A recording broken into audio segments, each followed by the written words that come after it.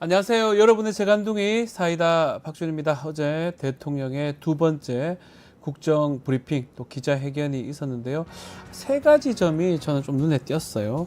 경제 회복의 신호들이 많이 보이고 있다. 이런 부분.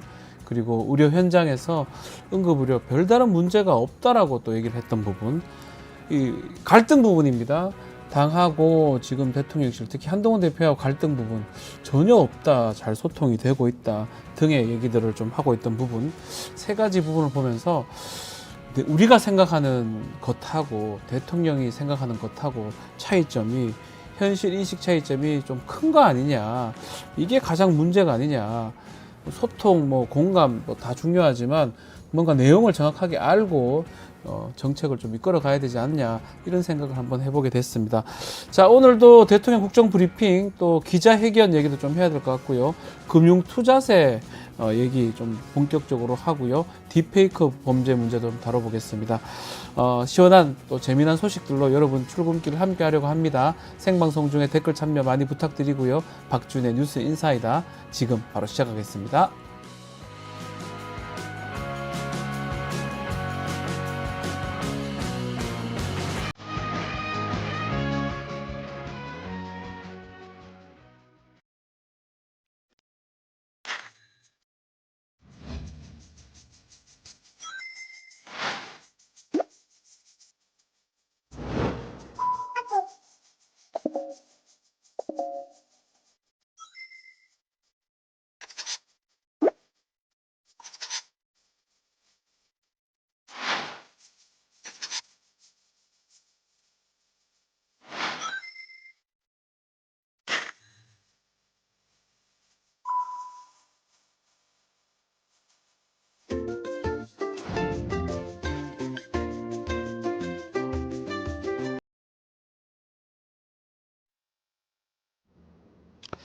자, 어제 윤석열 대통령 연금, 또 의료, 노동, 교육, 4대 개혁 골자로 해서 국정 브리핑을 진행을 했습니다. 자, 오늘은 금융 전문가 또 독도 특위로 계시고 있는 김병욱 전 더불어민주당 의원과 함께 국정 브리핑 또 금융투자세 세제 개편 등에 대해서 여러 가지 이야기를 좀 나눠보겠습니다. 의원님 나와 계십니까? 네, 안녕하세요. 네, 본당을 지역위원장 김배욱입니다. 네, 건강히 지내시고 계시죠? 예, 지금 직접 출연해서 네. 방송하려고 했는데 가는 길이 너무 많이 밀려갖고 맞습니다. 네. 지금 부득이 전화로 할 수밖에 없음을 꼭 양해 예, 부탁드리겠습니다. 제가 그 근처에서 왔는데요. 저는 아주 일찍 출발을 하지 않으면 올 수가 없기 때문에 상당히 막히는 곳입니다, 사실은. 그래서 네, 너무 일찍 밀리네요. 출발해야 됩니다. 예, 맞습니다. 지금 변호사님께서 판교 사시죠? 네, 판교에서 지금 왔습니다. 네, 네. 저는 거기보다 더 아래 분당 예, 쪽입니다. 예, 예. 자, 윤석열 대통령 브리핑 얘기 조금 해야 되는데요. 경제 예. 성장률이 미국에 이어서 두 번째로 높다. 우리 경제 살아나고 있다라고 얘기를 했는데, 의원님 잠깐만 영상으로 이야기 한번 들어보고 다시 네. 질문 드려보겠습니다. 네. 다행히 곳곳에서 우리 경제 회복의 청신호가 들어오고 있습니다. 최근 OECD는 한국의 올해 성장률을 2.6%로 상향 조정했습니다. 이는 국민소득 2만 달러가 넘는 G20 국가들 가운데 가장 높은 수준입니다. 세계 3대 신용평가 기관인 스탠더드 앤 푸어스는 2026년 우리 1인당 GDP가 4만 달러를 넘을 것이라고 전망했습니다. 국민과 기업, 정부가 함께 뛰며 이뤄낸 성과라고 할 수 있습니다. 앞으로도 힘을 모아 민간이 주도하는 경제 성장의 추세를 잘 유지한다면 1인당 국민소득 5만 달러도 꿈이 아니라고 하겠습니다. 자, 의원님, 지금 네. 대통령께서는 우리 경제가 지금 좀 살아나고 있다, 활력을 되찾고 있다, 이렇게 어제 기자회견 또 국정 브리핑에서 얘기를 했거든요.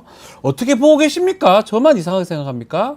네, 아이고, 국민들이 어제 방송을 보고 정말로 실망을 많이 했다라는 말씀을 많이 해주셨어요. 예. 지금 국민들이 겪고 있는 고통, 특히 민생을 중심으로 한 경제 고통이 아주 크지 않습니까? 그렇죠. 우리가 주변 상가를 가봐도 정말 몇몇 상가 빼고는 다들 텅 비어 있고 이게 보이거든요. 공실률이 안 보입니까? 이게 보이잖아요. 심각하죠. 예. 임대 중이다, 주인 직접 상담, 수수료도 아깝다는 거 아니겠어요? 그러니까요. 그리고 가보면은 마지막 주무받는 날 라스트 오더라고 하는 시간들도 8시 이렇게 해서 가게 문 열어놔봐야 손님 안 들어올 거 뻔하니까 인건비라도 아끼자 그런 심정으로 그렇게 라스트 오더 시간이 땡겨지고 있는 거 아니겠습니까? 예. 예, 그래서 어제 그걸 보면서 정말 우리 대통령께서 어디에서 이런 보고를 받고 음흠. 누가 이런 글을 쓰는지 정말 눈과 귀를 의심하지 않을 수 없다. 음흠. 정말 같은 하늘 아래 살고 있으면서 왜 이렇게 인식이 다를까? 예. 왜 이렇게 생각하는 것이 다를까? 음. 정말로 정상적인 채널을 통해서 경제와 우리 돌아가는 것에 대해서 보고를 받고 계신지 네. 안 그러면 정말로 다른 어디 라인에서 다른 사람에 의해서 다른 내용의 보고를 받고 계신지 아하. 좀 걱정스러울 정도로 현실 인식에 대한 생각도 아니하고 처방도 낙관적인 전망에만 의존하고 있다. 음흠. 따라서 그러다 보니까 국민들한테 공감을 못 주고 예. 국민들로 하여금 공감을 얻어서 그 힘으로 이 경제 난국을 헤쳐나가는 것이 리더의 능력 아니겠습니까? 그렇습니다. 특히나 대통령은 경제에 대해서는 잘 모르시는 분 아니냐라는 것이 대부분의 국민들의 평가고 네. 또 검찰에만 종사를 했기 때문에 무엇보다도 경제를 잘 아는 사람 또 혁신의지를 갖고 경제를 잘 이끌어갈 사람의 조언을 잘 들을 필요가 계신 거지 않습니까? 본인의 그렇죠. 생각을 얘기하고 주장하는 게 아니라 음흠. 본인이 모자라는 부분이 있으면 남의 의견에 대해서 경청을 하고 그 부분을 잘 가다듬어서 정책으로 만들어 가셔야 되는데 예. 그런 부분에서 너무 한쪽 얘기만 듣고 계신 거 아닌가라는 아주 좀 답답하고 네. 불편한 생각을 많이 하게 됐습니다. 참 놀랐습니다. 대통령은 진짜 보고를 잘못 받고 있는 건지, 어떤 그렇죠. 다른 그게 나라에 제일 계시는 걱정이에요. 건지. 예, 참 걱정입니다, 진짜. 예. 이게 그리고 대통령 신문을 보고 신문만 계신지 봐도 그것도 되는데. 걱정이에요. 예. 아니 다른 유튜브 매체 좀 다른 거 보지 말고 좀 예. 신문만 봐도 알 수 있을 것 같은데. 대표적인 조중동 있지 않습니까? 네. 조중동만 봐주셔도 이런 인식을 하지 않으실 텐데. 거기도 그렇게 진단하고 있지는 않을 것 같은데요.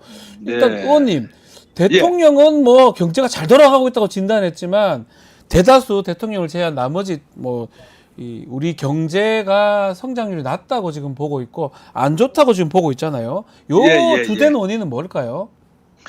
경제 성장 원인은 여러 가지가 있죠. 네. 가장 중요한 것이 자본이 제대로 투자가 돼야 되고요. 음흠. 그다음에 노동에 대한 생산성이 올라가야 되고요. 네. 그 무엇보다 중요한 것이 혁신의지죠. 혁신의 혁신의지를 의지. 가지지 않으면 경쟁이 안 되고 음흠. 경쟁이 촉진이 되지 않으면은 부가가치를 더 생산할 수가 없게 되는 거죠. 그렇죠. 그런데 아시다시피 지금 인구가 줄어들므로 인해서 노동 파트에 대해서 양적으로 기대할 것은 적어지거든요. 그러면 노동 쪽에 있어서의 기술 개발을 통해서 더 높은 생산성을 가져 나가려고 그러면 결국에 생산성의 3대 요소 중에 하나인 자본이 제대로 노동에 맞춰서 투자되게끔 해야 됩니다. 네. 그리고 이 자본이 제대로 투자되게 하려면 미래 새로운 신성장 동력에 자본의 흐름이 갈 수 있게끔 혁신적 국가 성장 모델을 만들어 가야 되는데 네. 지금 윤석열 정부의 전체적인 흐름을 보면은 방향이 없는 것 같아요. 방향 자체가 없다. 예. 방향 자체가 없죠. 예를 들어서 박근혜 대통령도 뭐 창조 경제 그렇죠. 뭐 이런 어떤 걸 통해서 뭘 만들어 가려고 그랬고 예. 우리 문재인 대통령도 소득 주도 성장이라는 큰 그림을 그려갔습니다. 네. 그에 대한 평가는 다를 수 있겠지만 하지만 지금 윤석열 정부가 과연 어떤 경제 모델을 갖고 우리 경제 방향을 이끌어가고 있는 것인지에 대해서는 아마 지금 국민의힘이나 용산에 계신 분들도 말을 못할걸요. 저는 네. 모르겠어요. 한 번도 어떤 경제를 지향한다라는 얘기를 들어본 적이 없습니다. 예. 그래서 인수위 시절부터도 얘기가 나왔었는데요. 인수위 시절 지금 또 2년 넘게 집권을 하고 있음에도 불구하고 과연 지금 윤석열 정부가 어떤 경제를 이끌어가게 그림을 그리고 있는지 전혀 국민들에게 알려져 있지 않고 그렇죠. 그러다 보니까 국가를 위해서 일하는 공무원들도 내가 무엇을 위해서 일을 하지라는 그런 컨셉이 제대로 안 잡혀 있는 것 같아요. 아하. 그러다 보니까 이것들이 민간 사이드하고 잘 소통을 해서 함께 시너지를 내와야 되는데 그런 것들이 전혀 현재 어렵게 돼 있고요. 네. 특히나 윤석열 정부 들어서고 나서 공무원들에 대한 감사가 강했지 않습니까? 감사를 그렇습니다. 통해서 예. 과거 정부에 같이 일을 했느니 정책 결정을 왜 그렇게 했느냐 하면서 감사를 하다 보니까 공무원들의 적극 행정이 아주 지금 떨어지고 있습니다. 부족하다. 다시 말해서 일 열심히 해봐야 정권 바뀌면 감사받는다. 이런 어떤 심리들도 분명히 존재를 합니다. 네. 그래서 공무원들이 이 혁신 의지를 갖고 자본과 노동을 제대로 결합시켜서 새로운 일자리를 만들어내고 새로운 혁신 성장 동력을 만들어 가야 되는데 네. 그런 것들이 다 지금 처져 있지 않느냐 그런 평가를 하고 있습니다. 자, 경제 짚어주셨는데요. 네. 자, 이번 브리핑 뭐 다른 것 좀 눈에 띄었던 거 한 가지만 좀 얘기해 주시면 안 되겠습니까? 보시면서. 잘 안 들립니다. 미안합니다. 예, 죄송합니다. 저 브리핑, 국정 브리핑하고 기자회견 아마 보셨을 건데 네. 의원님께서 좀 눈여겨 봤던 부분 뭐 한 가지 정도 더 저는 부탁드리겠습니다. 전반적으로 국민과 동떨어진 생각을 하고 있다는 것을 크게 느꼈고요. 예. 그리고 기자들의 질문에 대해서 어려운 부분이 있으면 다 모르겠다. 특히 인사라든지 한일 관계 문제라든지 독도 문제 이런 질문도 나오지 않습니까? 네. 그런 부분에 대해서 모르겠다라고 일관되게 답변하시는 걸 보고 자, 정말로 그러면 지금까지 정부가 펼쳐진 외교라든지 이 독도 이 문제는 과연 어디서 시작돼서 대통령의 이불을 통해서 이렇게 나왔는지 그 과정에 대해서 좀 의문이 들더라고요. 그래서 그런 부분에 있으면 대통령께서 자신감 있게 설명을 잘 하셔야 되는데 네. 어려운 부분에 대해서 피해 가시는 모습은 정말로 국민들 보기에는 우리가 대통령을 믿고 열심히 일해야 되는 거 아니겠습니까? 근데 대통령께서 도망가는 듯한 모습을 보일 때 과연 국민들이 어떻게 생각할 것이냐. 네. 그리고 과연 그것이 대통령 올바른 처신인지 왜 저렇게밖에 할 수 없는지 그런 안타까움을 많이 느꼈습니다. 그 모른다 말씀을 해서 질문을 좀 드려보겠는데 네. 최근에 일본 관련 특히 뉴라이트 인사들 임명이 되고 있고 김태호 차장인가요? 대통령은 뉴라이트 모를 거다 이런 얘기를 했잖아요. 본인도 뭐 뉴라이트 아니다 이런 얘기도 하더라고요. 김태호 차장은. 그 얘기 한번 해볼게요. 이거 어떻게 보십니까? 이게 좀 어떻게 이해하는 게 맞습니까? 그러니까 참 지금 사실 모든 정책 의 중심은 뉴라이트 인사고 그러니까요. 그 정책 발표 내용도 뉴라이트의 내용 아니겠습니까? 그럼 자신감 있게 자기의 정체성을 드러내야 되는데 뉴라이트가 갖고 있는 부정적 이미지를 알고 있다는 거죠. 알고 있음에도 불구하고 뉴라이트 정책을 펴는 그런 일배반적 행동을 계속하고 있지 않습니까? 지난번 한번 보세요. 우리 청문회 보면 이준숙 방통위원장은 위안부가 강제적이냐 자율적이냐 그 질문에 대해서 계속 답변을 안 하잖아요. 구체적 답변하지 않겠다 이렇게 얘기했습니다. 개별적 답변. 아니 그건 개별적 답변이 아니죠. 그렇죠. 국가의 장관을 하려는 사람의 기본적인 역사관을 물어보는 것은 전문위원으로서는 당연한 권리인 거죠. 또 국민의 알 권리인 거고. 근데 그런 위안부가 강제냐 아니냐 이런 거에 대해서도 답변을 하지 못할 정도의 인사가 장관이 된 거 아니겠습니까?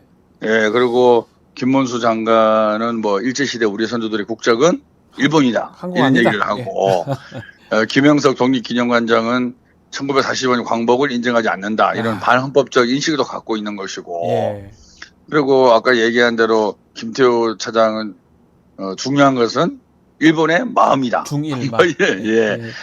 그리고 또 정진석 대통령 비서실장은 역사관은 다양할 수 있다라면서 친일 인사들을 비호하고 이런 쭉 흐름들을 보고 있으면 이건 분명히 이거는 뉴라이트 인사들이 중용되고 있고 그 사람들의 생각이 외교에 반영되고 있는 거죠. 근데 그런 부분을 근데 그런 부분은 문제는 뭐냐면 이렇게 단편적으로 톡톡 흘리면서도 대통령 입에서는 자신감을 갖고 있지 못하다는 거죠. 자신감도 없다.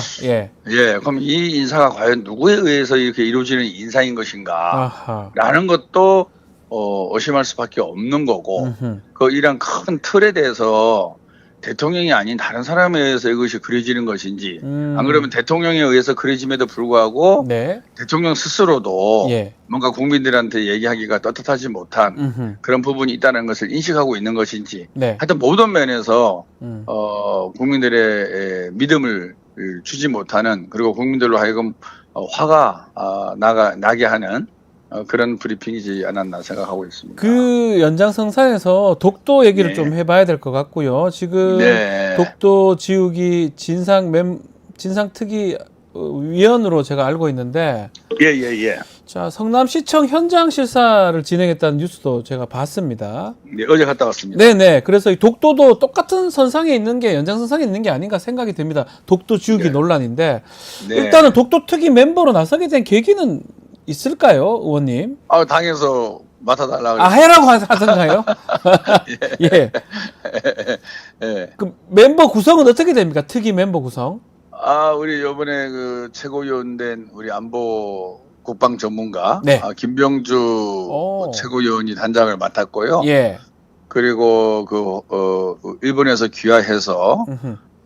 열심히 활동하고 계신 세종대학교의 허시카 유지 교수님. 예. 그리고 우리 당에서는 뭐 국방의 전문가고 다선이라고 할 수 있는 추미애, 음흠. 그다음에 윤호중 뭐 등등 어원들이 다 지금 참여를 하고 있어요. 한 15명 어원들이 참여하고 있는 걸 알고 있습니다. 멤버들이 뭐 쟁쟁한데요. 지금 네. 성남시에서 어제 갔을 때는 어떤 독도 지우기가 이루어지고 있던가요? 혹시 확인하셨나요? 최근의 일은 아닌데요. 예. 2022년 12월 때 네. 예산이 삭감돼서 2023년 1월부터 음흠. 저희가 각 지방자치단체나 동사무소에 가보면은 독도의 섬을 네. CCTV로 촬영해서 틀어주는 그런 광경을 많이 보고 있지 않습니까? 저도 봤어요. 예, 많이 보고 있죠. 그래서 저희도 2011년도부터일 겁니다. 이재명 당시 시장이 재직 중일 때 이 영상을 틀기를 시작했습니다. 그래서 10년간 틀어왔죠. 예. 10년간 틀어왔는데 갑자기 2023년 1월부터 이 예산이 삭감되면서 독도 영상 송출이 중단된 사건입니다. 그래서 저희가 이제 최근에 이 일을 알게 돼서 그에 대해서 그 진상을 확인하러 현장을 방문을 했고요. 네. 가본 결과 역시 독도 관련 영상은 송출되지 않고 있었고 성남시의 시정 홍보만 네. 그 화면을 통해서 계속 나오고 있었습니다. 그래서 우리가 그 부분에 대해서 왜 중단됐느냐. 네. 과거 10년간 잘 틀어왔고 예. 그게 지금 KBS N에서 송출하고 있습니다. 전국에 네. 수백 군데에 송출하고 있는데 왜 성남시는 그동안에는 다 민주당 시장이었습니다. 네. 신상진 현 시장이 이제 국민의힘 소속 아닙니까? 신상진 시장이 출범하고 나서 약 6개월 만에 왜 독도 영상을 송출하지 않았느냐. 그 관련돼서 현장을 확인을 하고 네. 신상진 시장과의 면담을 요청했지만 면담을 거부했습니다. 그리고 거부했군요. 그리고 현장에도 사실 국회의원들이 이렇게 많이 가고 하면은 의례적으로도 시장 또는 믿을 만한 국장급 이상 간부들이 와서 설명을 하는 게 상식이거든요. 네. 그럼에도 불구하고 책임 있는 고위공직자 어느 분도 현장에 나오지 않고 네. 우리 방문단을 홀대를 했죠. 그래서 저희가 이 설명을 듣지 못했고 어제 오후 2시에 이런저런 해명성 기자회견을 했습니다. 결과는 예. 독도 관련 영상을 송출하겠다라는 답변은 전혀 없고 예. 송출을 중단한 그런 어떤 변명만 늘어놓은 그런 회견이었는데요. 네. 성남이 전국에서 재정 자립도가 가장 높은 도시입니다. 알고 계시죠? 알죠. 그리고 예산이 얼마인지 아십니까? 1년에 6조입니다. 6조. 6조나 됩니까? 예. 몰랐습니다. 이 관련 예산이 얼마인 줄 아세요? 모릅니다. 2천만 원 조금 넘습니다. 2천만 원요? 예. 제가 내겠습니다, 그러면. 내주시겠어요? 2천만 원이 뭡니까? 예, 그러면서 예산 절감이다. 시민들이 잘 보지 않고 있다. 네. 등등등등 이유로 이것을 송출을 중단했다 말씀을 하셨는데요. 네. 저는 정말로 변명에 불과하다고 봅니다. 지금 성남에 가보면 각종 모니터 화면을 통해서 성남시장 홍보를 하고 있어요. 예. 다시 말해서 이것도 독도 관련된 영상 송출을 중단하고 예. 성남시정 영상으로 채우고 있는 거거든요. 맞습니다. 그러니까 어떤 의심을 하냐면은 성남시 신상진 시장이 시정 홍보를 빌미로 자기 홍보하려고 독도 영상을 송출을 중단한 거 아니냐 라는 의심까지도 하고 있습니다. 네. 그 많은 지금 현수막 또 분당이나 성남에 가면은 시정 홍보 현수막이 너무 많아서 미관을 엄청나게 해치고 있습니다. 그래서 예. 주민들의 불만이 엄청 많거든요. 네. 그런데도 독도 송출 영상도 중단하고 또 시정 홍보를 하는 거예요. 네. 예, 그랬을 때 과연 무엇이 올바른 행정이냐? 그리고 과연 신상진 성남시장은 역사 의식을 제대로 갖고 있느냐? 설령 조그마한 문제가 있다 손 치더라도 아직도 일본이 독도를 자기네 땅이라고 우기는 이 현실에 대해서 직시를 하고 있다 그러면 당연히 10년간 틀어왔던 독도 현장 영상을 송출했어야 되는 거죠. 그렇죠. 예. 예, 그런데 당시 회의 의사록을 보면 네. 국민의힘 시의원이 몇 가지 지적을 합니다. 예, 그 지적을 받아서 또 그 지적의 내용들을 어제 또 기자회견을 하더라고요. 네. 그래서 이거는 정말 국민의힘 시의원하고 시장하고 의 생각이 마치 전체 시민의 생각인 것처럼 호도를 해서 내린 정말로 역사 인식이 전혀 부재한 네. 잘못된 행정이다. 따라서 당장 독도 실시간 화면을 재송출하라라고 네. 주장을 하고 있습니다. 알겠습니다. 지금 의원님 연결된 김에 금융투자세 질문도 한번 드려보겠습니다. 예. 아마 여야 당대표 회담이 1일로 예정이 되어 있는데 이게 의제가 될지도 봐야 될 것 같은데 민주당에서는 좀 의견이 좀 분분한 것 같습니다. 금융투자세 어떻게 보는 게 맞는지요, 의원님? 우리 민주당이 원래 다양성이 있는 정당 아니겠습니까? 네, 그렇습니다. 의견이 분분한 건 저는 아주 좋다고 봐요. 예. 예. 그러니까 이제 우리 지지자들 사이에서는 또 달리 볼 수도 있는데요. 네. 시간이 좀 있습니까? 설명이 좀 있어야 되는데. 한 2, 3분 정도밖에 안 남아서 죄송합니다. 예, 마지막 질문입니다. 제가 이제 금융투자소득세 도입할 때 예. 실무 어원으로 그때 같이 활동을 했고요. 아하. 그 당시 제가 이제 정무위원회 간사였습니다. 아하, 예. 그래서 이 관련된 실무회의에 배석을 꾸준히 했었고, 그래서 여러 논란과 고민 끝에 여야정이 합의한 것이 금투세 도입입니다. 합의해서, 예. 우리 민주당이 밀어붙인 게 아니에요. 네. 중요한 것은 여야정이 다 합의를 한 내용이고, 1년에 5천만 원 이상의 금융소득이 있을 때는 예. 세금을 내되, 이것이 조건이 여러 개 있습니다. 다시 말해서 한 해에 네. 어떤 금융상품에 대해서는 적자를 보고 어떤 금융상품에 대해서는 이득을 볼 수 있지 않습니까? 네. 그거를 통산해서 과세를 해요. 다시 말해서 플러스 마이너스해서 수익이익에 대해서만 과세를 하는 겁니다. 네. 그리고 이제 어느 해는 손실을 보고 어느 해는 이익을 보잖아요. 그러면 손실난 그 해의 손실분을 향후 5년간 이연해서 세금을 냅니다. 다시 네. 말해서 올해 내가 1억을 손해를 봤어요. 내년에 이제 2억의 순이익을 보면 2억에 대해서 세금을 내는 것이 아니라 1억을 빼주는 거죠. 네. 그래서 손실을 5년간 이혼해서 세금을 내는 거고 등등등등 이게 보완 조치들을 많이 해놨습니다. 그래서 이 정도면 충분히 예. 우리 시장에 있어서 받아들일 수 있지 않을까.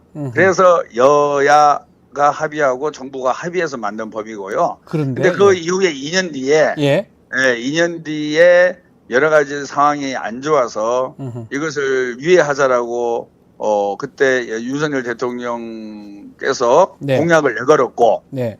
그 부분에 또 이제 협의한 결과 여러 가지 상황이 여의치가 않아서 2년간 유예하는 것은 저도 그 당시에 이제 정책위 수석 부의장으로 일을 했었는데요. 네. 이것도 우리 당내의 여러 논의를 통해서 그렇게 저희가 정부의 입장을 받아들인 겁니다. 그래서 지금 이제 다시 한번 또 이제 그쪽에서는 이제 유예도 아닌 폐지하자 이러죠. 한동훈 대표가. 예. 네.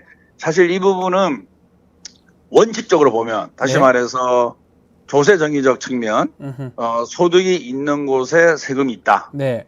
그게 가장 큰 원칙 아니겠어요? 그렇죠. 그리고 네. 아까 제가 말씀드린 대로 여야 정의 합의해서 만든 제도고 한 번의 유예 기간을 거쳤기 때문에 이제는 바로 시행하는 게 맞죠. 네. 그러니까 절차적 그동안의 스토리를 보거나 그다음에 조세 원칙의 입장에서 봤을 때도 시행하는 게 저는 맞다고 봅니다. 네. 그런데 큰 변수가 하나 있습니다. 뭐죠? 뭐냐면은 예.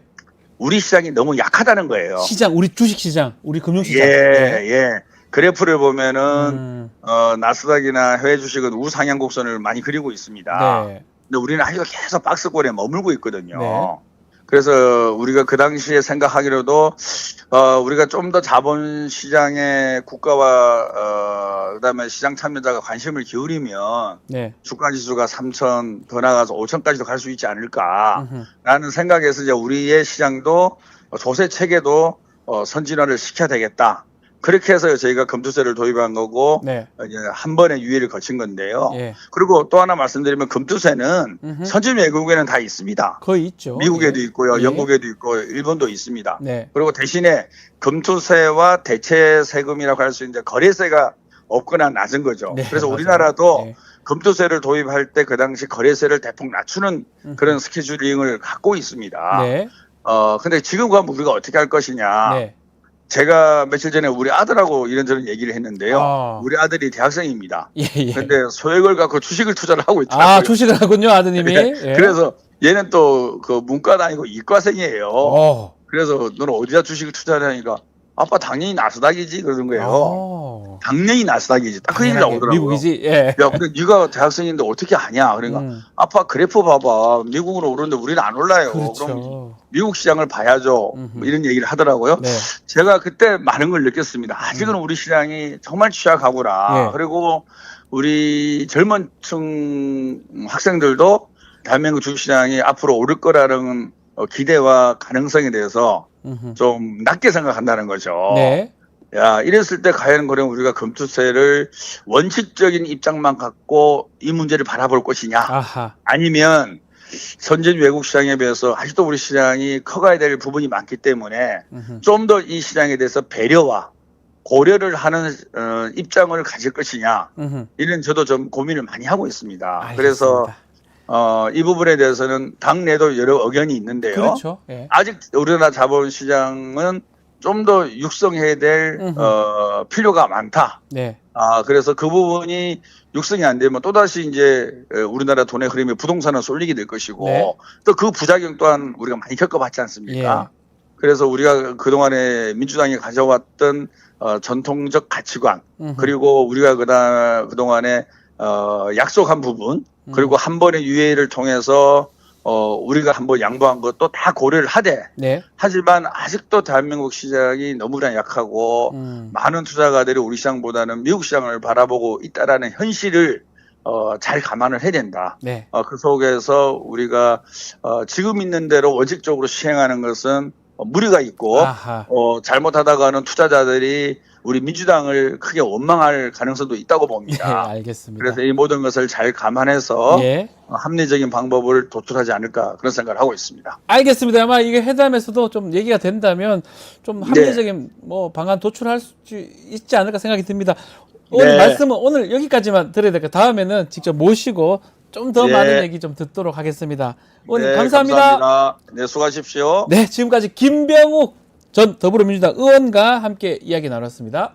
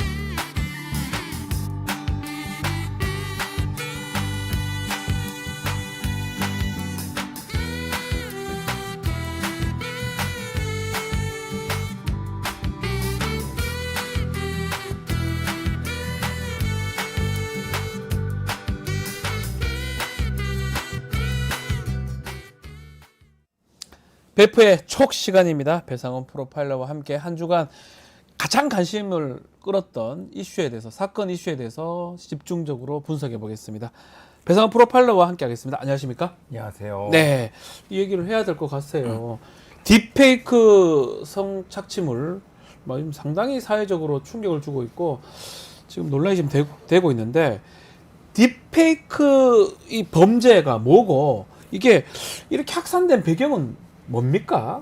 딥페이크는 말하자면 네. 뭐 우리가 말하는 AI, 네. 인공지능을 통해서 동영상을 합성하는, 가짜로 합성하는, 예를 들면은 어떤 정치인의 얼굴에 네. 목소리를 다른 걸 입히거나 아니면은 예를 들면은 어떤 그 굉장히 음란한 어떤 동영상에 어떤 다른 사람의 얼굴을 붙이는. 그래서 워낙 기술이 뛰어나니까 그쵸. 착각이 들 정도죠. 마치 그 사람이 예. 그런 것처럼. 예. 이제 숫자를 몇 개 알려드리겠습니다. 예. 9억이라고 하는 거는 텔레그램 사용자입니다. 9억이 됩니까? 전 그리고, 세계적으로? 예, 예. 우리나라는 330만입니다. 맞네요.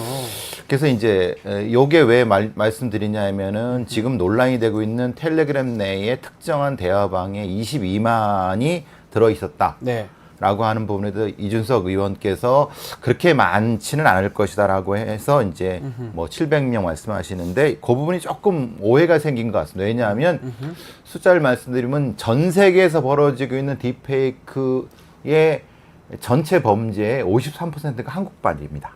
1등이에요, 우리가 또 예, 이것도? 예, 미국발이 20%입니다. 50% 이상입니까, 예, 우리가? 예. 그럼 이제 역산을 해보면 우리나라에서 벌어지고 있는 딥페이크 범죄의 그 가해자들의 전체 10대 포션이 73%입니다. 또 10대가 예, 20대가 20%고. 그러니까 말하자면은 이야. 이거를 다 합치면 뭐가 되냐면은 텔레그램에서 활동하고 있는 많은 어떤 딥페이크에 가해 관련된 부분들이 실제로는 우리 한국 내국인에서 발생된 거고 적지 않다. 그리고 그들이 상당수가 10대다. 네. 이 얘기는 뭐냐? 아까 말씀드린 건 딥페이크가 확산된 배경을 말씀드리는 이유와 똑같습니다. 왜냐하면 텔레그램을 통제하지 못한다. 네. 텔레그램이 그 어떤 익명성이 너무 과도해서 수사기관이 접근하지 못한다는 거를 가해자도 알고 수사기관도 아는 상황에서 급격하게 폭발하고 그것이 한국의 스마트폰 기술과 문화가 합쳐져 갖고 합쳐져가지고. 특히 우리나라의 10대들의 애들이 10대들의 스마트폰의 문화를 어른들이 모르는 것 상태에서 10대들의 스마트폰의 일정 정도의 일종의 지휘 범죄가 텔레그램과 연결돼 갖고 폭발적으로 지금 폭탄처럼 터진 거다. 그래서 이제 그저께죠. 예. 뭐 대통령이 사이버 크라임 저 심포지엄에 참석했는데 경찰청이 주최한 겁니다. 거기서 이제 나타난 얘기도 그렇게 되면서 이제 지금 이 폭발적으로 딥페이크 범죄에 대한 얘기가 전 언론에서 터져 나오고 있거든요. 두 가지 요인입니다. 텔레그램의 익명성을 한국의 10대의 스마트폰 문화가 붙여갖고 이 상황. 예. 거기다가 AI 기술이 폭발적으로 우리는 쓰고 있다. 요 요인입니다. 그렇게 정리가 되는데 지금 문제는 이 딥페이크 성착취물 보면 그냥 착각이 듭니다. 얼굴하고 그냥 아주 교묘하게 만들어가지고 하기 때문에 서울대 N번방 사건, 이게 아마 딥페이크 피해를 처음 알렸던 사건으로 알려져 있는데 이거 최근에 지금 재판을 받았어요. 징역 5년이 선고가 됐네요. 이 사건 관련해서. 예, 거기 뭐 강씨, 박씨 두 네. 사람이 있습니다. 서울대 출신의 로스쿨 뭐 다녔다는 사람, 그런 사람인데 네. 실제로 이제 검거를 하고 나니까 한 뭐 40대였었죠. 네. 그래서 재판이 진행된 과정에서 검찰은 10년을 구형했는데 1심 재판부는 5년을 선고했습니다. 네. 요거 가지고 이제 뭐 재판 내용 중에 판사님들이 굉장히 내용이 역겨운 정도로 피해자 일격을 말살했다라고 해서 역겨운 내용 이렇게 표현이 예, 들어가 예. 있더라고요. 그건 예. 사실은 봐도 심각한 뭐 범죄이기 때문에 네. 그래서 이제 그런 형태인데 물론 이제 이 부분을 어떤 분들은 형량이 높다. 왜냐하면 권고 형량보다 높다. 그런데 어떤 분들은 낮다. 이게 많이 봅니다. 제가 보기에는 좀 낮은 경향이 없지 않지만은 형이 낮다. 그래도 지금까지 나온 것 중에 제일 높습니다. 그렇죠. 그나마 예, 그나마 예, 예. 이게 범죄 자체가 이게 허위 영상물 작성죄인가요? 뭐 그 범죄가 있습니다. 성폭법에 그렇죠. 있는데 예. 그 범죄로 처벌이 되긴 한데 그 자체가 5년 이하의 징역 5천만 원 벌금이에요. 그렇죠. 예. 그러니까 그 범죄로 따지면 5년은 그렇죠. 최고형을 최고형이죠. 한 거죠. 그렇게 근데 보는 게 맞는 거죠. 여러 개지 범죄를 같이 했기 때문에 네. 경합범 가중이 되긴 그렇게 하겠지만 돼야 되는데 예. 자, 지금 이 딥페이크 관련해서 이번에 이렇게 성착취물로 드러났지만 네. 이전에도 사실 우려점들이 있었어요. 뭐 페이스북, 텔레그램 얘기도 하셨지만 이전에 SNS 이런 데 보면 연예인들 동원해가지고 뭐 이렇게 투자자 모은다 그렇죠. 그러고 그 연예인들이 깜짝 놀랐던 그런 기억들도 있었거든요. 예전에는 이렇게 했죠. 연예인 네. 영상인 동영상을 예, 다른 더빙을 입힌 예, 겁니다. 엄쳐가지고. 그러니까 맞아요. 그거는 약간 좀 이상했거든요. 예. 지금은 사실 그 구분을 못 합니다. 그 정도로 정교하게 딥페이크 영상을 만들 수 있습니다. 네. 그래서 문제가 돼요. 왜냐하면 그러면 그 사람이 예를 들면 유명한 박지훈이라는 사람을 이 어느 종목에 투자하세요라는 동영상이 떠도는 겁니다. 그럼 네. 그걸 내가 사지. 근데 사실 박지훈은 한 적이 없어. 예. 왜냐하면 이게 만들어진 거니까. 만들어진 거니까. 그러니까 리딩방 사기라고 하죠. 예. 그런 것들을 이제 이용했는데 예. 이제 나중에는 지금 성착취물까지 이제 연결되면서 그렇죠. 그러면서 딥페이크가 이제 심각하다라고 예. 알려진 것 같습니다. 예를 들면 이런 겁니다.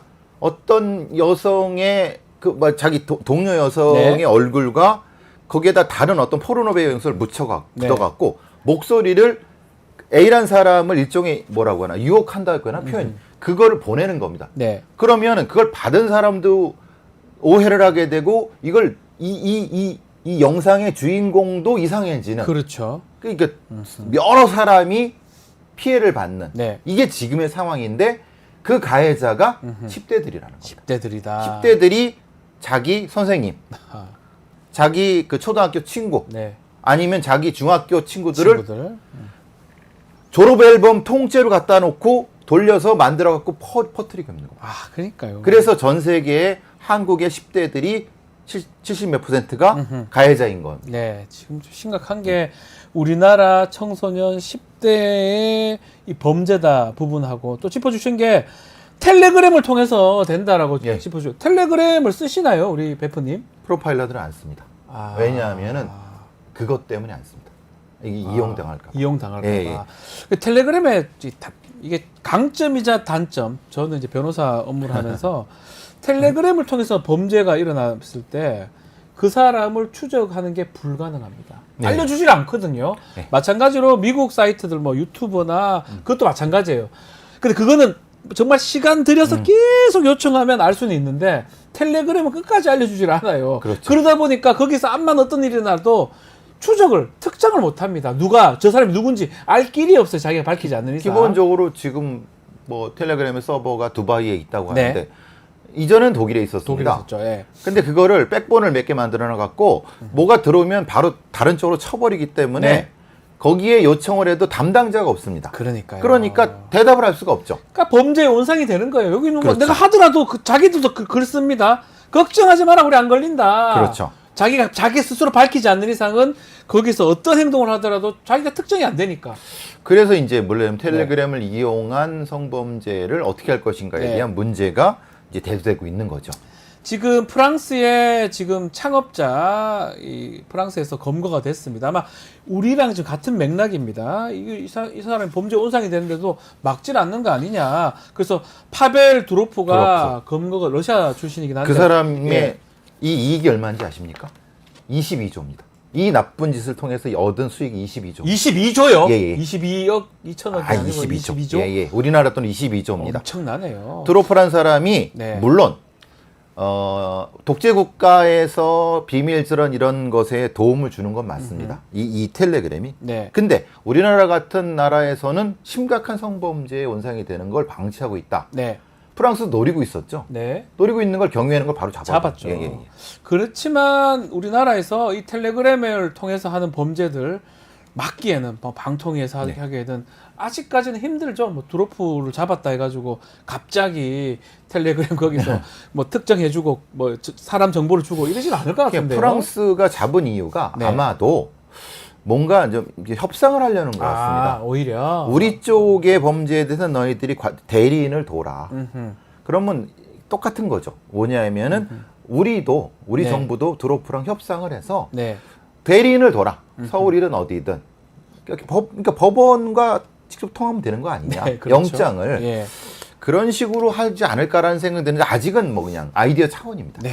하여튼 이게 파벨 드로프가 체포가 됐으니까요. 아마 전 세계적으로 이 텔레그램의 문제점 뭐 비슷하게 보는 것 같아요. 근데 우리 베프님 오늘 지적을 해줬지만 어쨌든 우리나라가 가장 많이 쓰고 있고 그렇죠. 특히 10대가 많이 쓰고 있고 네.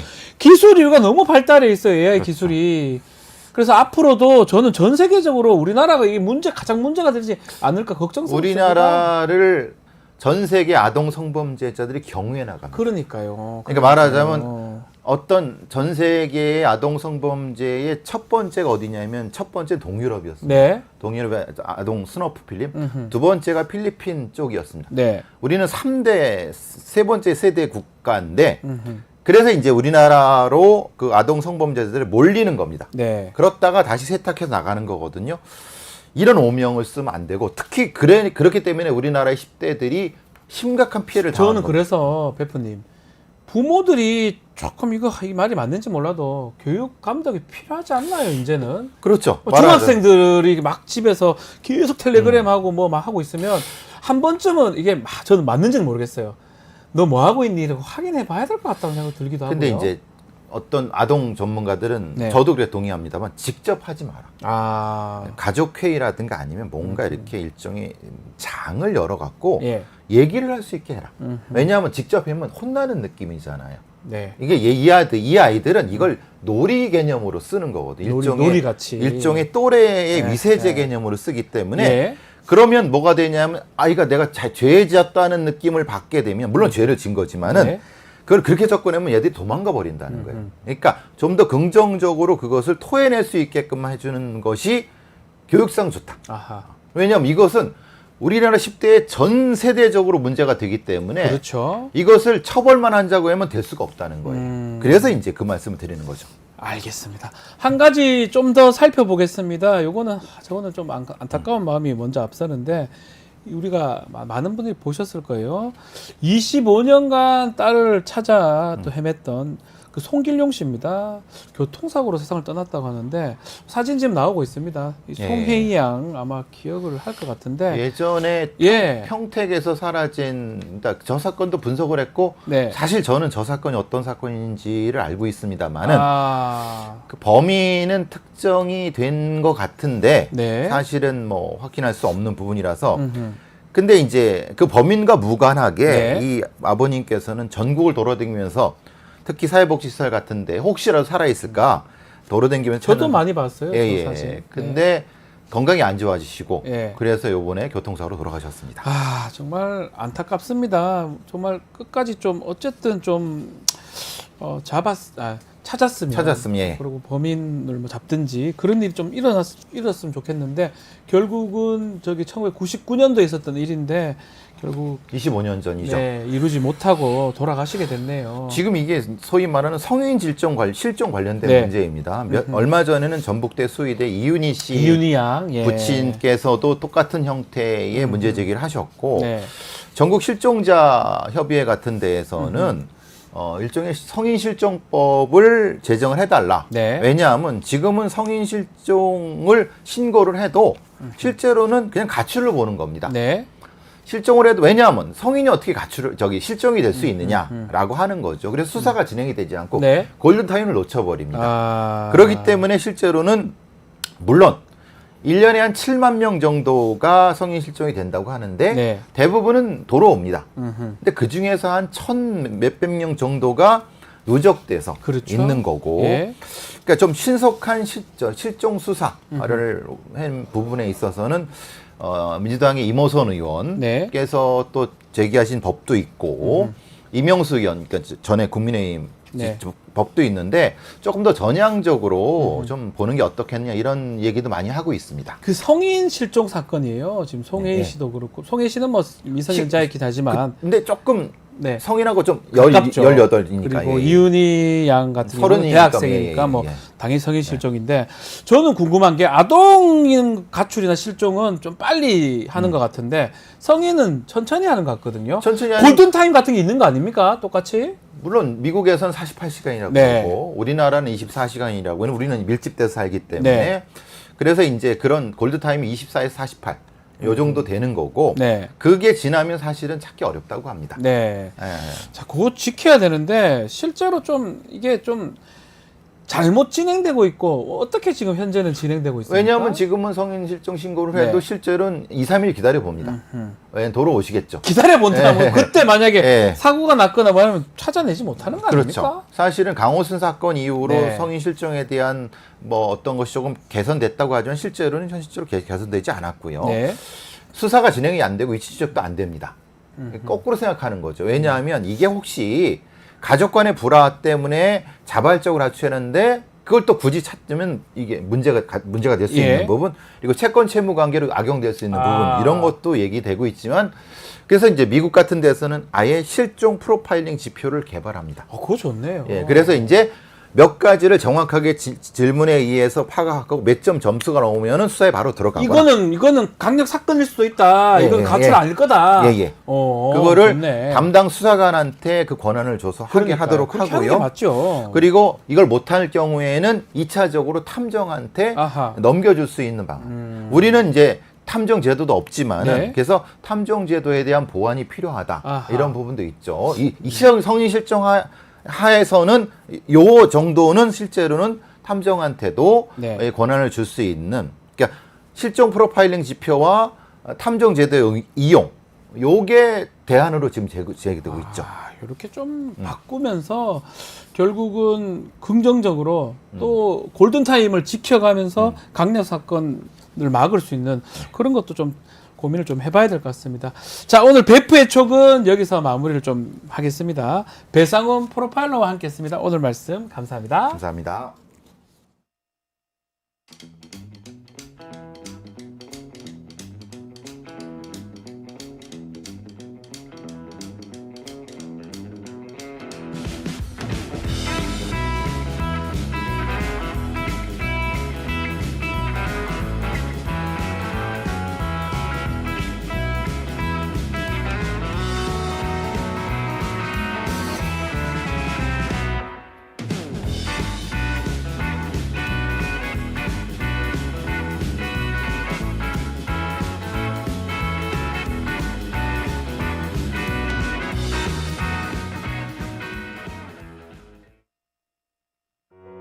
우리 아이 재단에서 뜻을 함께할 정기 후원자분들을 기다립니다. 우리 아이 재단은 한반도 어린이를 위한 재단입니다. 배고픈 어린이들에게 영양 가득한 국수를 보내고 영유아 자폐 조기 검사 지원, 베이비박스의 이유식 정기 배달, 중증장애 미취학 아동들을 지원하고 있습니다. 따뜻한 손길을 이어주는 분들께 우리 아이 팔찌와 감사 선물을 드립니다. 지속적인 지원을 통해 더 많은 어린이들에게 도움을 줄 수 있도록 정기 후원자가 되어주세요. 후원 문의 02-2128-3344, 2128-3344. 급박하게 돌아가는 한반도 정치 안보 상황 매주 금요일 이분과 함께 짚어봅니다. 금요 시사계의 진보 달마대사 김종대 최강 디펜스 시작하겠습니다. 김종대 의원님 안녕하십니까? 안녕하십니까? 자, 윤석열 대통령의 브리핑 총 기자회견 포함해서 125분입니다. 취임 후에 가장 긴 시간을 할애를 했다고 할 수 있는데 뭐 이슈에 대해서 질문은 다 나왔고 답변도 다 나왔습니다. 일단은 어제 총평 한번 주시면 좋을 것 같습니다. 예. 그러니까 과거의 기자회견하고 뭐가 다르냐면 네. 이번에 국민들 사이에서는 네. 저 대통령의 무지와 무능이 나한테 실제 위험을 줄 수도 있겠구나. 예. 이런 어떤 구체성입니다. 이게 달라졌습니다. 예. 그러니까 뭐 응급실 뺑뺑이야 제가 더 말씀 안 드려도 다 아시는 건데 이게 왜 우리 같은 꼰대 세대들이 네. 온통 사석에서는 이 얘기거든요. 네. 그러면은 뭐냐면은 대통령이 어떻게 이걸 받아들이고 있는가 이런 걸 보는데 이게 과거의 총선 때 대파 논쟁하고는 달라요.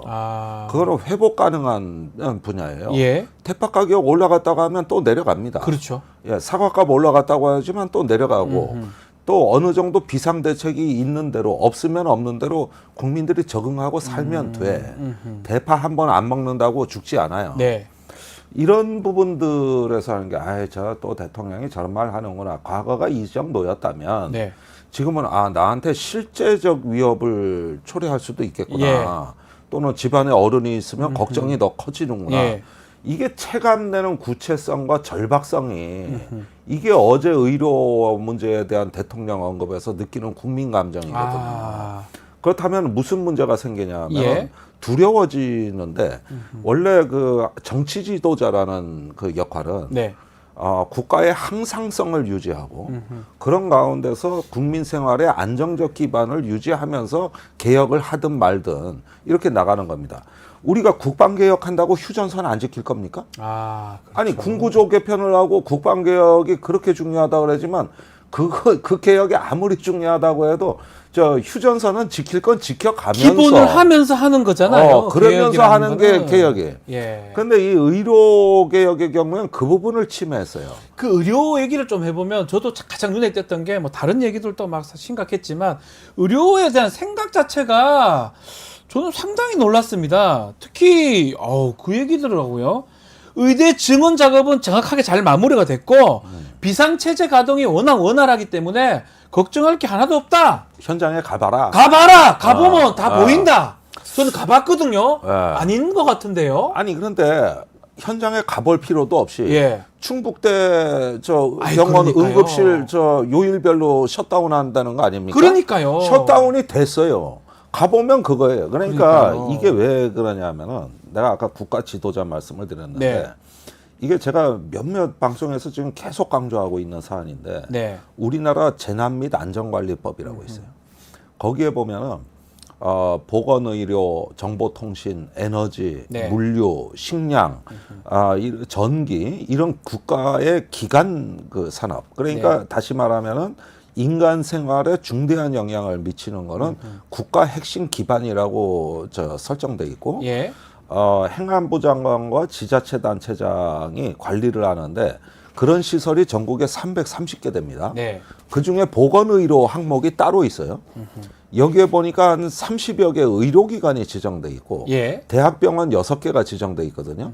그럼 요 시설만큼은 전쟁이 나건 지진이 나건 하늘이 두 쪽 나도 기능을 지키라고 국가가 특별히 지정한 기관이에요. 맞아요. 예. 그러면은 이 국가 핵심 기반에 대해서는 의료개혁이고 뭐고 간에 이건 기능이 정지되면은 지자체 단체는 고발돼야 됩니다. 네. 그리고 그 법령이 얼마나 상세하냐 하면은 평소에 점검, 예방, 그다음에 보고서, 사후 평가, 우수 관리 기관 표창 이걸 하라고 법에 다 나와 있어.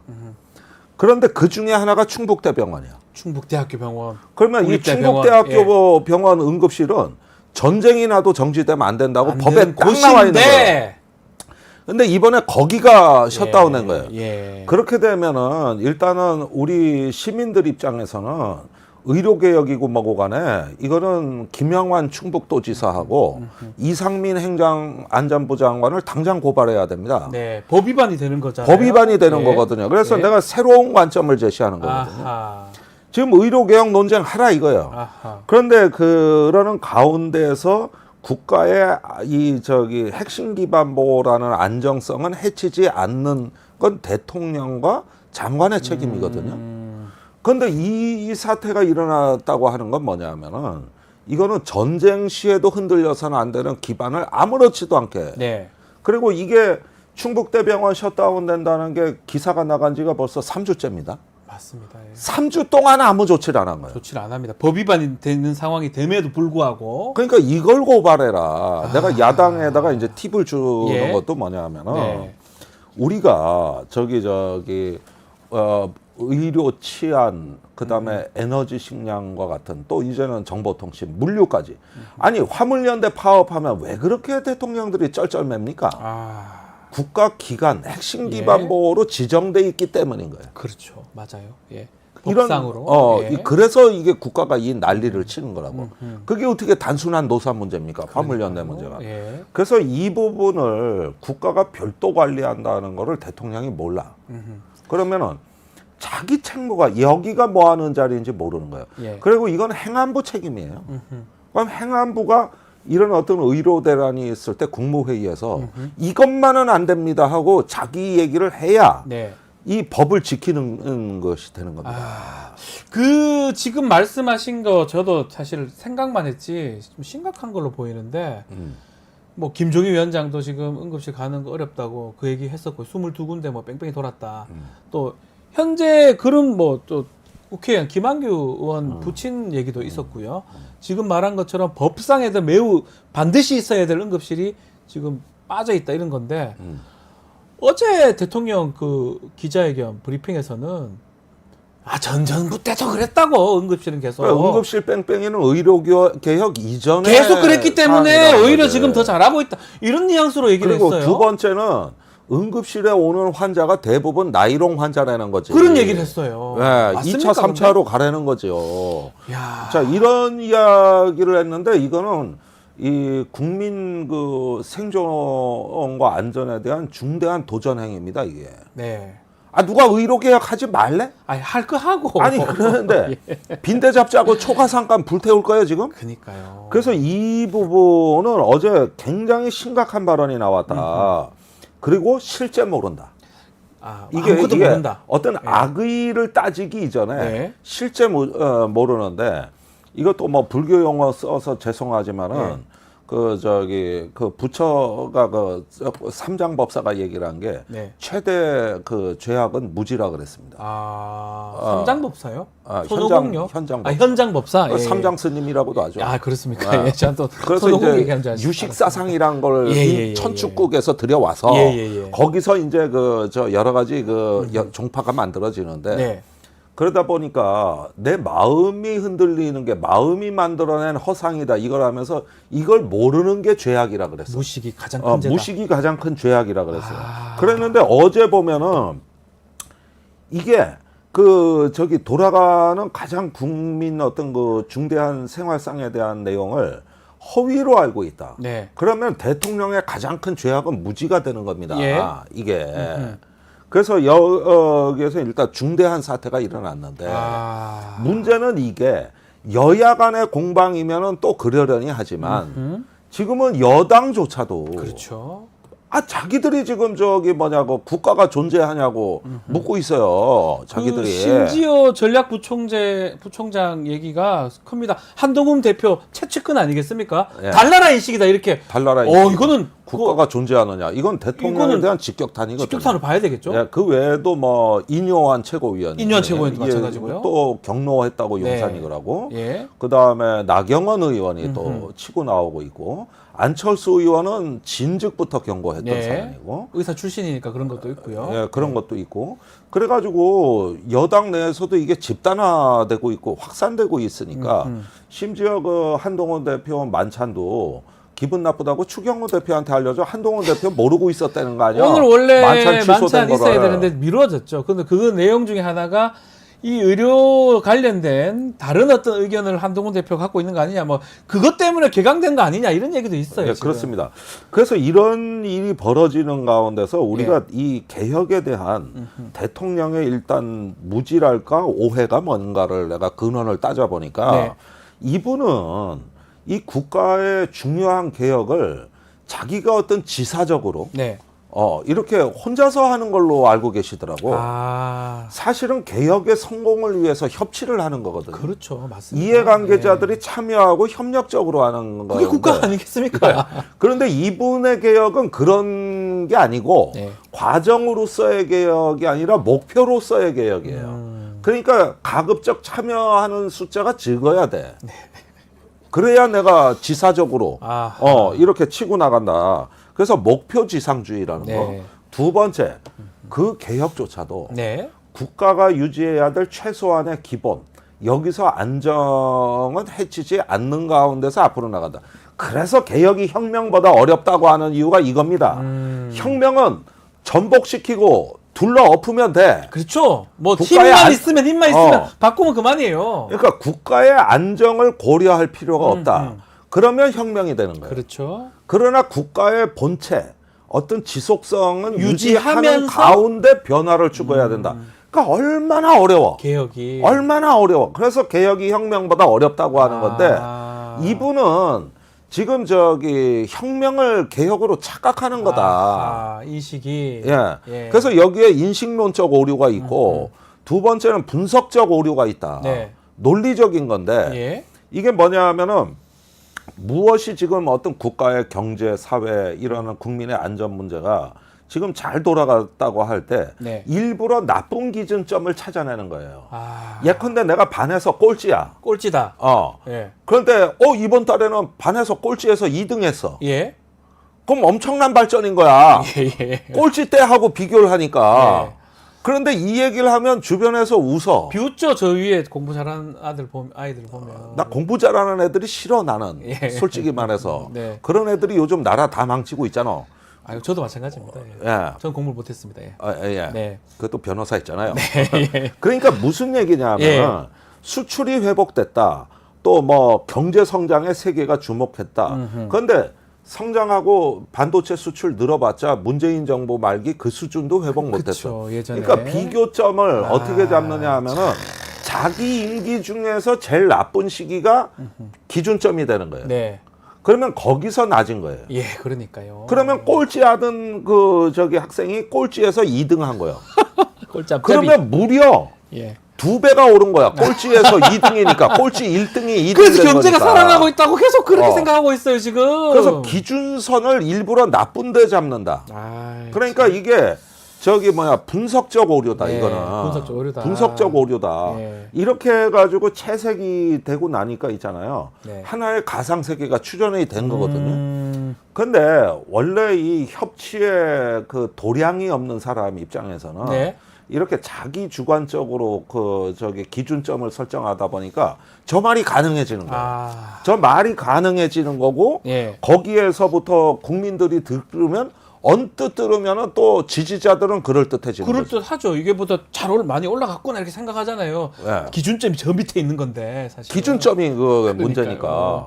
예, 그래서 이런 저간에 보면은 이런 어떤 그 사정이 우리가 네. 정말 우리 사회에 이제 인문학이 없어졌구나. 아. 이 논리와 말의 타락을 이걸 어떻게 잡을 것인가. 이제 지식인들은 거기서부터 고민이 시작돼야 됩니다. 이게. 우리 의원님께서 우리 달마대사 우리 의원님께서 무식, 무지 이렇게 얘기를 했는데 자꾸 그 얘기하니까 떠오르는 게 있습니다.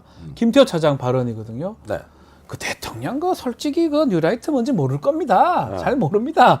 라고 했던 부분. 이것도 사실은 저는 상당히 이거는 불경 아닌가? 논란이 될 수밖에 없을 것 같은데 이 뉴라이트를 정말 모르는 건지 뉴라이트 부분 어떻게 보고 계시는지 좀 아니 얘기해 그래서 주셔야 될 것 내가 같아요. 저 얘기도 여러 번 하는데 네, 네, 실제 뉴라이트 이라면 못 알아들어요. 네. 왜냐하면은 뭐 네오막시즘, 네오막시즘. 뭐 네. 포스트 모더니즘, 네. 뉴라이트 영어 두 개씩 이렇게. 이런 용어들은 예. 하나의 시대적 조류를 반영했다는 아. 뜻이 되는 거예요. 예, 예, 예. 근데 우리나라의 뉴라이트는 시대적 조류를 반영한 게 아니라 거기에 대한 역풍이었습니다. 아. 그러니까 뉴라이트가 아니라고 실제. 그런데 네. 여기다 명칭이 그렇게 붙었는데 그러니까 못 알아듣는 게 당연한 거예요. 네. 그래서 뉴라이트는 날 모른다. 이 얘기도 틀린 얘기는 아니야. 아, 그래요? 모른다는 그래서 게 맞아요? 이 용어를 정확하게 써야 되는 게 예. 니폰 라이트라고 해서 써야 되는 거죠. 일본 라이트, 그런데 일본 이제 보수주의자, 거기에다가 극우주의자. 이 정권의 그 기준점, 이것도 기준점 얘기인데 예. 올바른과 그렇지 않은 것의 기준점은 한일 관계 정상화를 찬성하느냐 아하. 반대하느냐로 갈리는 거고 예. 그 뭐 김영석 독립기념관장이다 뭐다 이런 인사들의 문제, 김문수 장관 문제나 이런 경우도 네. 대통령이 보기엔 일본의 우호적이고 한일 관계 정상화에 도움되는 얘기 아니냐. 아. 이걸로 다 정리되는 거예요. 예. 뭐 뉴라이트 이렇게 어려운 말 쓰지 마. 아하. 그걸로 정리되는 거기 때문에 이거는 니폰 라이트라고 해야 라이트가 맞다. 의미 전달이 정확해지는 거다. 예.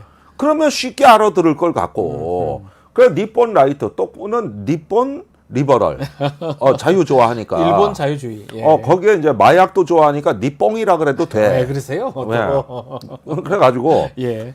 이런 부분들을 갖다가 이거는 언어의 혼란에 불과한 것인데 예. 대통령 보십시오.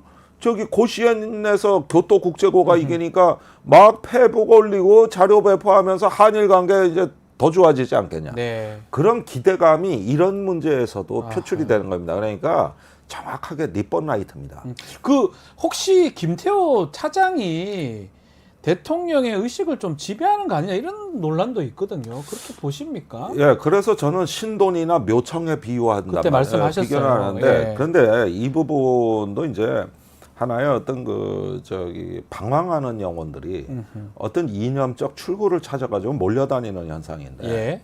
그러다 보니까 이 실체가 드러나는 와중에 그 김태효가 예. 최근에 운영이 나와서 최근 발언을 보면은 이제 이제 역사에 대한 어떤 책임을 묻겠다는 그 여론이 형성되니까 예. 두려워하더라고.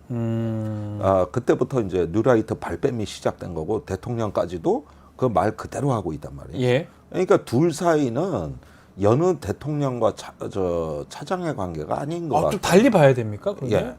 이거는 사적으로 끈끈한 좋게 말하면 연대, 예. 동일화, 예. 나쁘게 말하면 지배 관계라고 할 수가 있죠.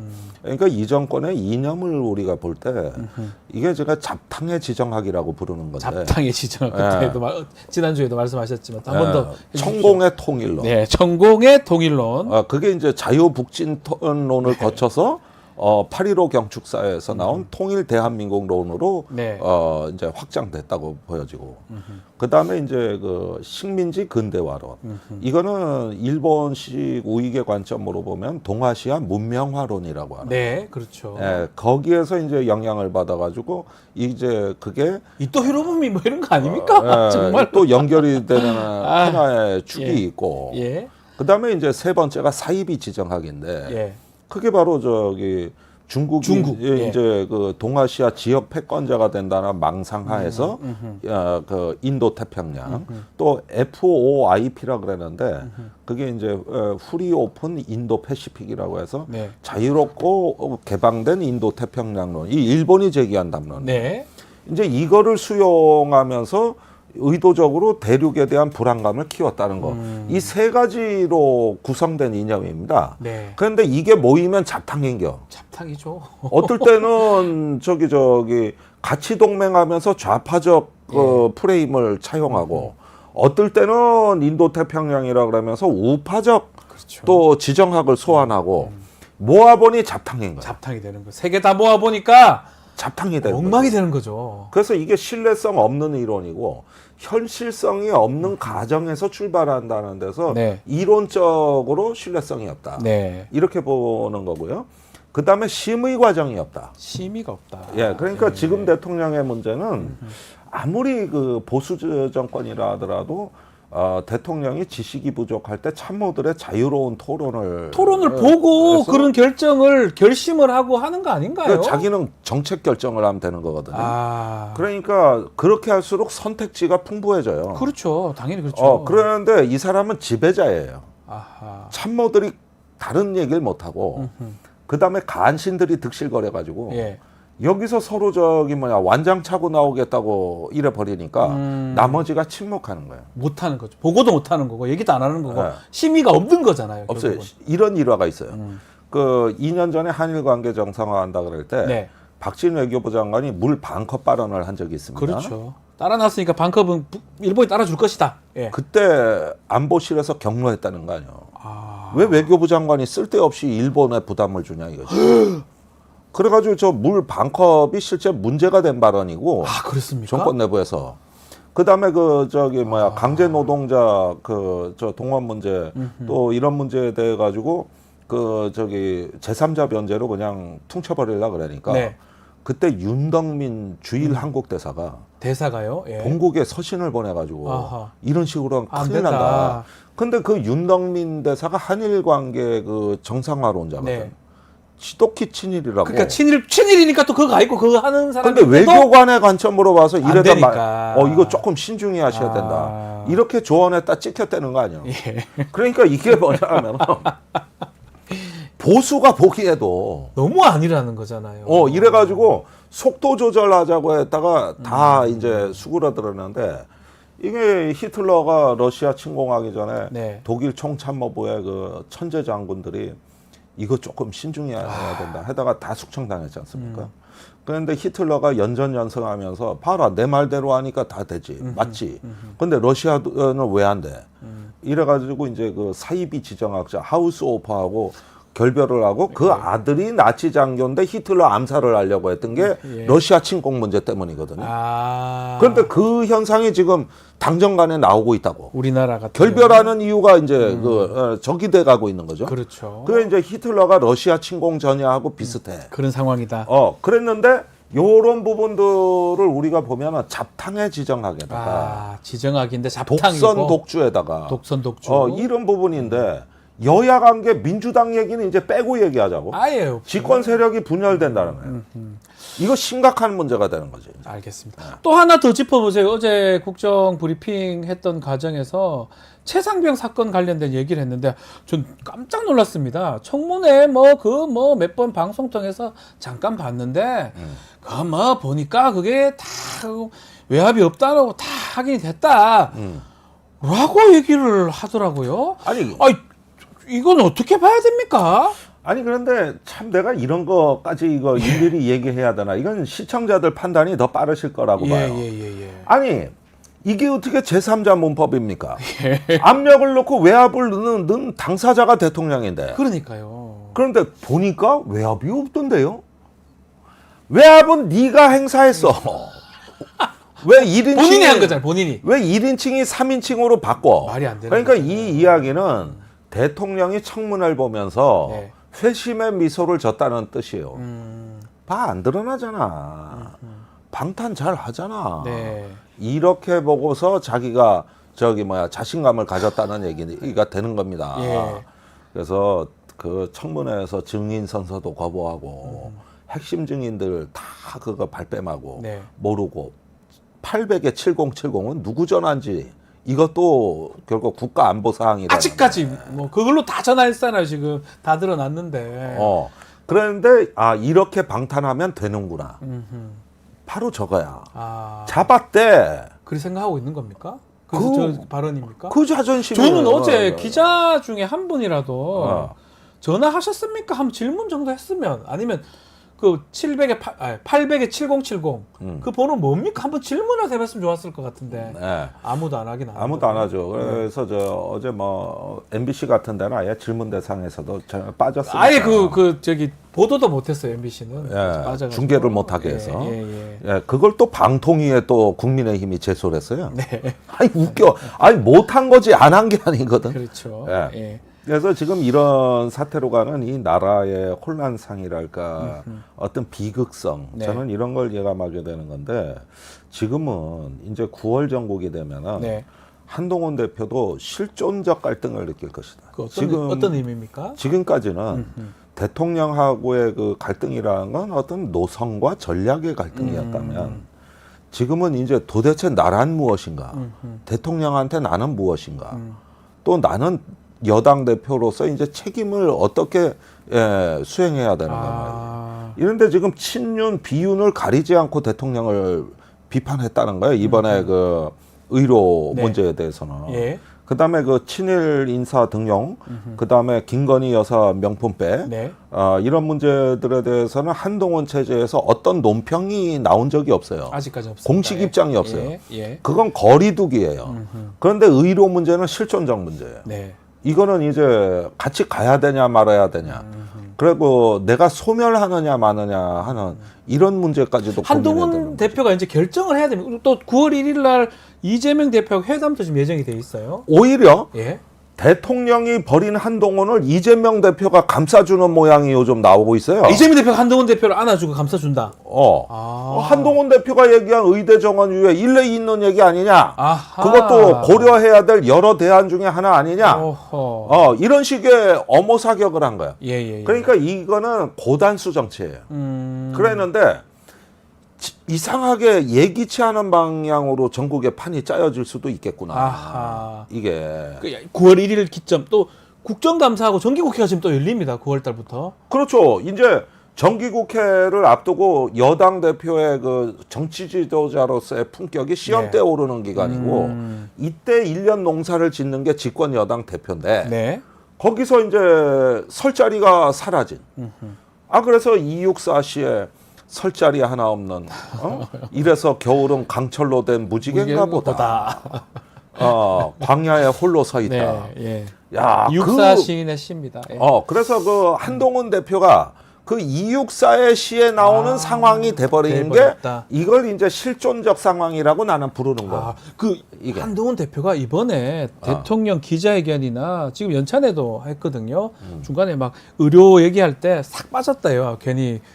그게 뭐 우연의 일치인지 아니면 듣기 싫어서 빠지는지 모르지만 한동훈 대표는 정말 외롭게 아니면 실존적으로 서서 이제 결단을 내려야 될 그 상에 왔다고 보십니까?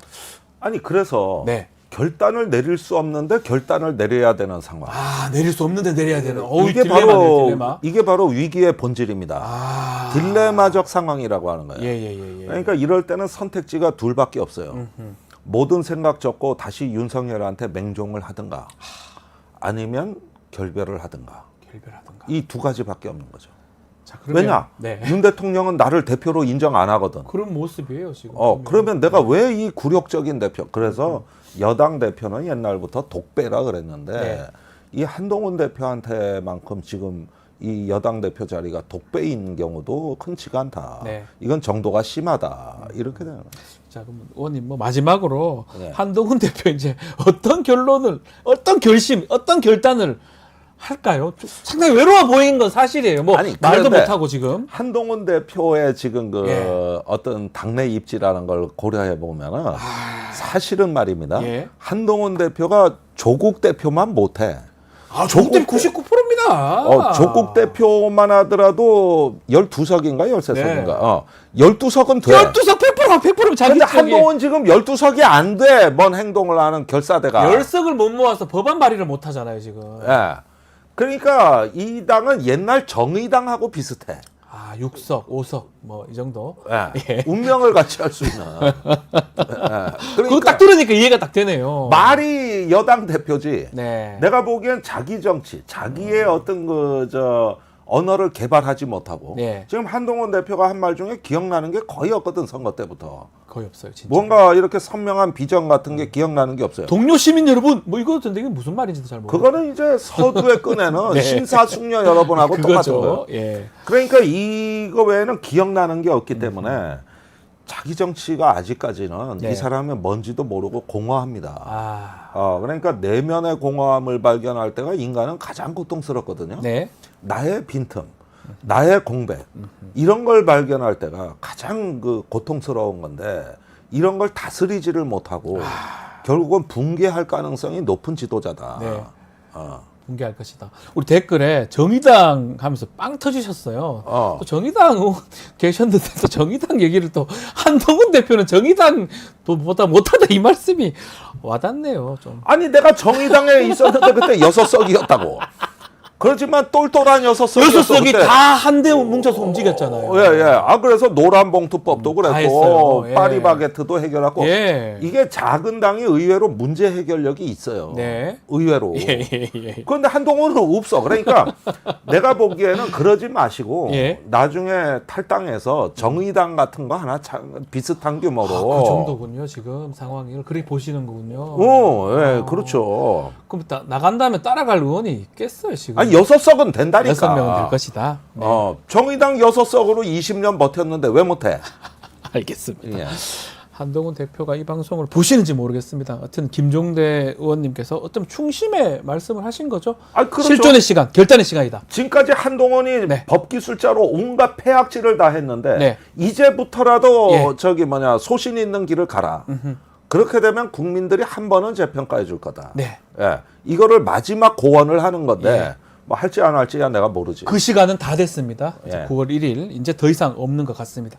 알겠습니다. 오늘 최강 디펜스 여기서 마무리를 하겠습니다. 김종대 의원과 말씀 나눴습니다. 감사합니다. 감사합니다. 자, 마무리를 좀 해야 되는데요. 다음 주 월요일 방송 소개도 해드리겠습니다. 박영식 에디터, 이상민 크리에이터 두 사람이 하는 영식당 준비되어 있고요. 이주영 개혁신당 의원의 대담한 대담이 준비되어 있습니다. 처음부터 끝까지 채널 고정 부탁드리겠습니다. 자, 뉴스인사 프라임 금요일은 세계와 K 코너가 준비되어 있고요. 어디 가지 마시고요. 조금만 기다려 주십시오.